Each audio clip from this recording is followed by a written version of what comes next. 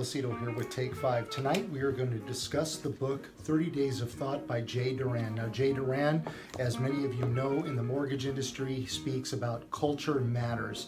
And those of you that know me, or at least have been familiar enough with me, know that culture matters to me. It's something that I speak about all the time.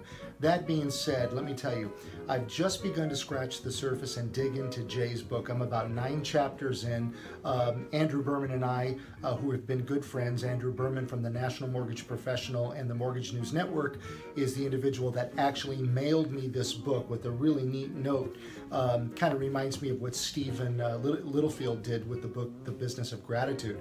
That being said, let's just talk about Jay for a minute. This is a young man under 30 years old who is highly philosophical, okay? And as far as I'm concerned, Jay has written a very thought-provoking series of essays and analogies that postulate his thoughts and ideas. And I have to tell you, this is not a simple, easy read. Although Jay breaks it down literally in 1 to 2 page analogies, if you will, or similes, if you will, the reality of it is that it's very thought-provoking. So you need time to digest what he's trying to say, and then in your own words, try to create a video afterward about what you just read.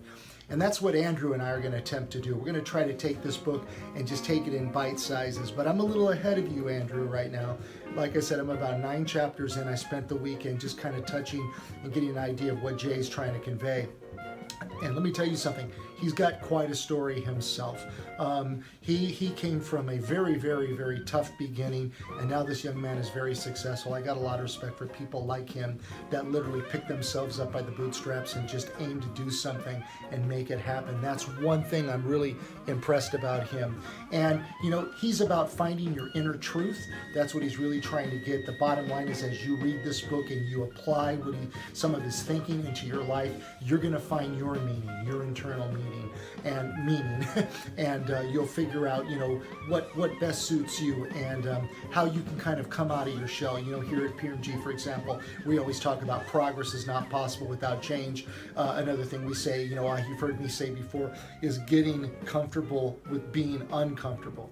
And this book can make you a little bit uncomfortable, which is kind of interesting and is what I like. He also uses a lot of references to science, which really resonated with me. That's what kind of pulled me in. He's talking about the universe. There's a little Einstein dripped in there in some of his terminology. You know, he talks about a lot of stuff that really, I feel, kind of grabs everything in a universal way and brings it all together. So this is not just about a rah-rah, get pumped up book. This is more of a philosophical book, applying it to your life, how you can better yourself, and literally get your brain stimulated a little bit and see what comes out of you as a result of the read. Anyway, with that being said, be sure to keep your eye open on Take 5. I'm going to try to work with Andrew Berman, and he and I will take this book and we will just, you know, take it in bite sizes, take each chapter, and then give our own interpretations. And at the end of the day, that's really what it is. It's an interpretation of what somebody's trying to convey, and hopefully we will be able to grasp what Jay is trying to get across. So with that, I bid you a good evening, and I'll see you in the next book review with Take 5.